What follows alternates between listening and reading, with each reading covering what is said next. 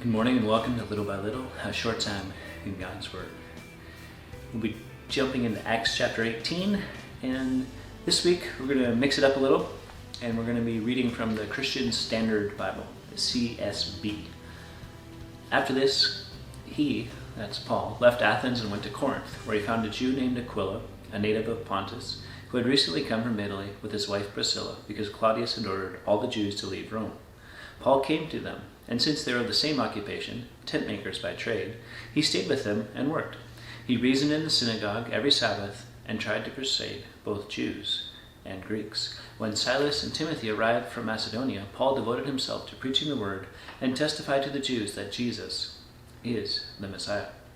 When they resisted and blasphemed, he shook out his clothes and told them, "Your blood is on your own hands. I am innocent.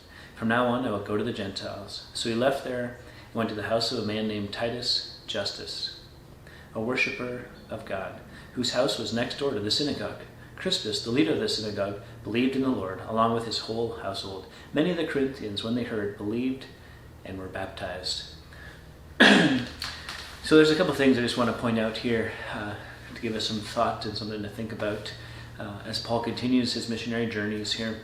And he goes from one place to another, goes from Athens, now he's over in Corinth, and he finds some people who not only believed the same as him, but had the Jewish background as well. So we've got Aquila and Priscilla, and they were tent makers, the same as Paul, and so he's working to earn a living and teaching and preaching about Jesus. And anytime that happens, there's going to be a reaction, especially when that day, when he was doing it in the synagogues, the Jews definitely had a reaction to that. Right? Some were like, yes, including the synagogue leader, Crispus, but others, no. But notice just the reaction. You know, as Silas and Timothy come, Paul commits himself more to the word and to preaching. He doesn't get mad at them. He doesn't get frustrated and leave town. He simply goes to those who are willing to listen, those that were ready to hear. And in this case, it was next door, right? Crispus, the leader of the synagogue, believes, and they're worshiping and meeting next door to the synagogue at the house of Titus Justus, a worshiper of God. Interesting. It says, many of the Corinthians, when they heard, believed and were baptized. And so sometimes we think, well, it seems unfruitful, it seems that nothing is happening, it seems hard, and sometimes it's just a matter of looking elsewhere and see where else God is at work. Let's continue. The Lord said to Paul in a night vision, "Don't be afraid, but keep on speaking, and don't be silent, for I am with you. And no one will lay a hand on you to hurt you, because I have many people in this city." He stayed there a year and a half, teaching the word of God among them. While Gallio was proconsul of Achaia, the Jews made a united attack against Paul and brought him to the tribunal. "This man," they said, "is persuading people to worship God in ways contrary to the law."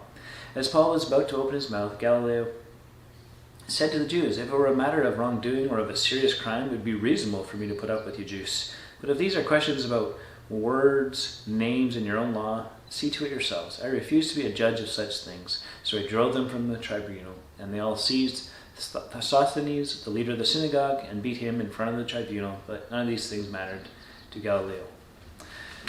Paul needed encouragement, like many of us do along the way. And in this case, it was a specific vision to not be afraid, but to keep on preaching, and don't be silent.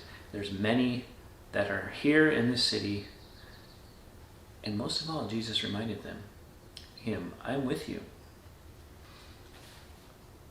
What a great reminder.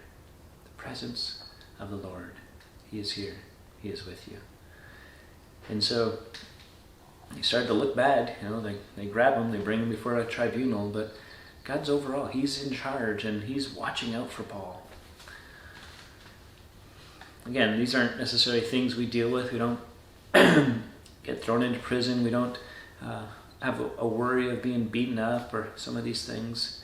And so sometimes you can read these stories from the book of Acts as just that, stories, and go, oh, yeah, interesting. but more than just interesting, examine how he goes about life, right? I think that's the key part here. And you do that by kind of bringing in his epistles, and you see his reflections on some of these missionary journeys. And so here he's been given encouragement, he's been given assurance by the Lord. And you have that as well in different ways. Ephesians 1 gives you assurance that you're a child of God. You've seen it in 1 John as well. And so if the Lord is with you, what can man do to you? Nothing, right? Faith over fear. Let's keep walking forward. Until next time on Little by Little.